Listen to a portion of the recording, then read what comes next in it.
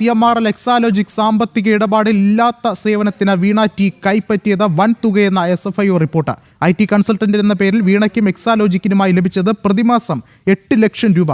എക്സാലോജിക്കുമായുള്ള കരാറിനു ശേഷം CMRL കരാർ കമ്പനിയായ അറ്റ്ലാന്റ ടെക്നോളജീസ് നൽകിയത് വളരെ കുറച്ച് തുകയെന്നും SFIO കണ്ടെത്തിയിട്ടുണ്ട്. റിപ്പോർട്ടിന്റെ പകർപ്പ് ജനം TVക്ക് ലഭിച്ചു. കൂടുതൽ വിവരങ്ങളുമായി കൊച്ചിയിൽ നിന്നും ജിജീഷ് കരുണാകരൻ ചേർന്നുണ്ട്. ജിജീഷ്, എന്തായാലും നിർണായകമായ കണ്ടെത്തലുകൾ പുറത്തു വരികയാണ്. ഇത് നമ്മൾ പുറത്തുവിട്ട വാർത്ത തന്നെയാണ്. ഈ പറയുന്നത് പോലെ കൂടുതൽ തുക വീണയ്ക്ക് കൈപ്പറ്റിയിട്ടുണ്ട് എന്നുള്ളൊരു കാര്യം. എന്നാൽ ഇപ്പോൾ അത് സംബന്ധിച്ച് കൃത്യമായ വ്യക്തത വന്നിരിക്കുന്നു. അതിൽ കൃത്യമായ തെളിവുകൾ SIT കണ്ടെത്തിയിരിക്കുകയാണ്. എന്തൊക്കെയാണ് മറ്റു വിവരങ്ങൾ? വിഷ്ണു, ഏറ്റവും പ്രധാനപ്പെട്ട ഓരോ വിവരങ്ങൾ തന്നെയാണ് അന്വേഷണത്തിലൂടെ പുറത്തു വരുന്നത്. SFIOയ്ക്ക് ലഭിച്ച വിവരങ്ങളുടെ രേഖകളാണ് ഇപ്പോൾ നമുക്ക് പുറത്തുവിടാൻ കഴിയുന്നത്. അതിലാണ് വളരെ കുറഞ്ഞ തുകയ്ക്ക് IT സേവനങ്ങൾ മറ്റു ചില കമ്പനികൾ തയ്യാറായി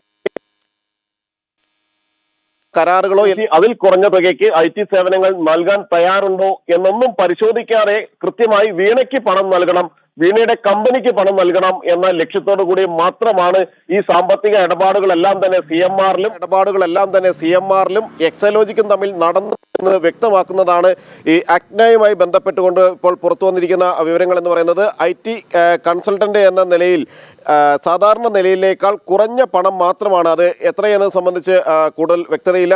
അറ്റ്ന ടെക്നോളജീസ് എന്ന സ്ഥാപനം വാങ്ങിയത് എന്ന കാര്യം SFIO കൃത്യമായി തന്നെ റിപ്പോർട്ടിൽ വ്യക്തമാക്കുന്നുണ്ട്. അങ്ങനെ കുറഞ്ഞ തുകയ്ക്ക് പിന്നീട് കരാർ നൽകിയ അറ്റ്നയെ അപേക്ഷിച്ച് നോക്കുമ്പോൾ അതിലധികം തുകയാണ്. 8 ലക്ഷം രൂപ മാസം, അത് 5 ലക്ഷം രൂപ വീണയ്ക്ക്, 3 ലക്ഷം രൂപ വീണയുടെ കമ്പനിയായ എക്സാലോജിക്കിന് എന്ന കണക്കിൽ നൽകുന്നു. അങ്ങനെ 2,72 ലക്ഷം രൂപ യാതൊരു സേവനങ്ങളും നൽകാതെ വീണയുടെ കമ്പനി കൈപ്പറ്റുന്ന അതേ ഘട്ടത്തിൽ തന്നെയാണ് അതേ സേവനങ്ങൾ വളരെ കുറഞ്ഞ തുകയ്ക്ക് ഈ അറ്റ്ന കൺസൾട്ടന്റ് എന്ന സ്ഥാപനം ചെയ്തു നൽകുകയും ചെയ്യുന്നത്. അതുകൊണ്ട് തന്നെ ഇതിലെ ദുരൂഹതകൾ കൂടുതൽ വ്യക്തമാക്കുന്നതാണ്. സാമ്പത്തിക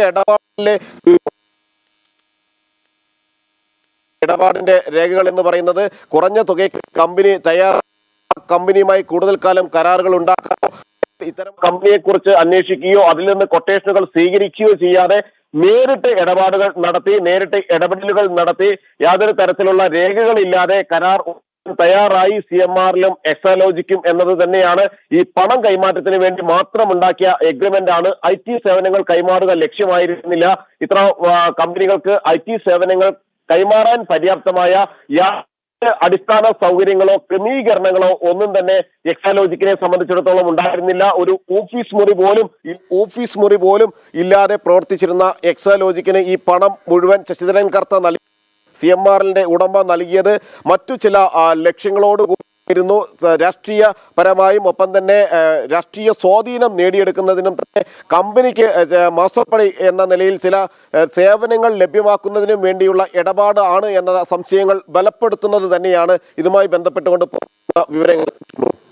ജിജീഷ് സൂചിപ്പിച്ചതുപോലെ എന്തു തന്നെയായാലും പ്രതിമാസം 8 ലക്ഷം രൂപ എന്നുള്ളതൊരു ചെറിയ കണക്കല്ല. ഇതിൽ മേലെ കൂടുതൽ പണം അല്ലെങ്കിൽ കൂടുതൽ തുക കൈമാറ്റങ്ങൾ നടന്നിട്ടുണ്ടാകാം. എന്നിരുന്നാൽ കൂടിയും എക്സാലോജിക്കുമായുള്ള കരാറിന് ശേഷമാണ് CMRL കരാർ ഒപ്പുവെച്ച് അറ്റ്ലാന്റ ടെക്നോളജീസിന് നൽകിയത് വളരെ കുറച്ച് തുകയെന്ന് നമ്മൾ കണ്ടെത്തിയിട്ടുള്ളത്. എന്നിരുന്നാൽ കൂടിയും SFIയുടെ നിർണായകമായ കണ്ടെത്തലുകളൊക്കെ തന്നെ വിരൽ ചൂണ്ടുന്നത് ഇവിടെ വലിയ സാമ്പത്തിക ക്രമക്കേടുകൾ നടന്നിട്ടുണ്ട് എന്നുള്ളൊരു കാര്യം തന്നെയാണ്. അതിൽ വലിയ തുകകൾ അത് എങ്ങോട്ടൊക്കെ പോയി എന്നുള്ളൊരു ചോദ്യം തന്നെയല്ലേ ഇനി ബാക്കിയാവുന്നത്?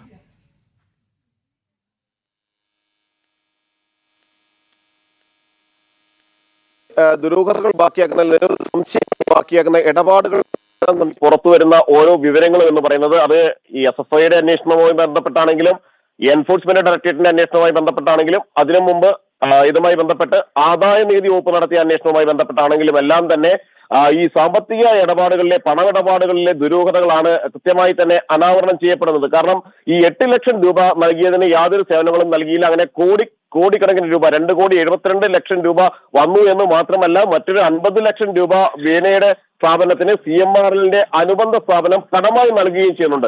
അതിനു മുമ്പ് വാങ്ങിയ കടം തിരിച്ചടക്കാതെ ഇരിക്കുമ്പോഴാണ് പുതിയൊരു കടം, ആ കടം തിരിച്ചടയ്ക്കുന്നതിന് വേണ്ടി അതേ സ്ഥാപനം നൽകുന്നത്. അതായത് തങ്ങൾക്ക് ലഭിക്കാനുള്ള പണം തിരികെ ലഭിക്കുന്നതിന് വേണ്ടി വീണ്ടും പണം തരാനുള്ള ആൾക്ക് കടം കൊടുക്കുന്ന ഒരു സംവിധാനത്തിലേക്ക് CMRൽ മാറുന്നു എന്നത് തന്നെ 50 ലക്ഷം രൂപ അധികമായി വീണയ്ക്ക് നൽകണം എന്നതിന്റെ ഒരു ഇടപാടുകളായിരുന്നു അവിടെ നടന്നത് എന്നത് തന്നെയാണ് മനസ്സിലാക്കാൻ കഴിയുന്നത്. അങ്ങനെ സാമ്പത്തിക ഇടപാടുകളിൽ അടിമുടി ദുരൂഹത, കുറഞ്ഞ IT തുക ഈടാക്കുന്ന അല്ലെങ്കിൽ സേവനങ്ങൾക്ക് കുറഞ്ഞ തുക മാത്രം കോട്ട് ചെയ്തിട്ടുള്ള കമ്പനിക്ക് നൽകാതെ വീണയുടെ IT സൊല്യൂഷൻ വൻ തുക വാങ്ങിക്കൊണ്ടിരുന്ന വീണയുടെ കമ്പനിയുമായി കരാർ ഉണ്ടാക്കിയത് അടക്കമുള്ള കാര്യങ്ങൾ പുറത്തു വരുന്നു. അതുകൊണ്ട് തന്നെ ഇനിയുള്ള എൻഫോഴ്സ്മെന്റ് ഡയറക്ടറേറ്റിന്റെ അന്വേഷണത്തിലും ഈ വിവരങ്ങളെല്ലാം പുറത്തു വന്നിരിക്കുന്നത് SFIയുടെ അന്വേഷണത്തിലാണ്. ഇനിയുള്ള EDയുടെ അന്വേഷണത്തിലും ഇത് സംബന്ധിച്ച് ഇത് കേന്ദ്രീകരിച്ച് തന്നെയായിരിക്കും അന്വേഷണം മുന്നോട്ട് പോവുക. ശരി, ജിജീഷാണ് വിശദമായ വിവരങ്ങൾ നൽകിയത്.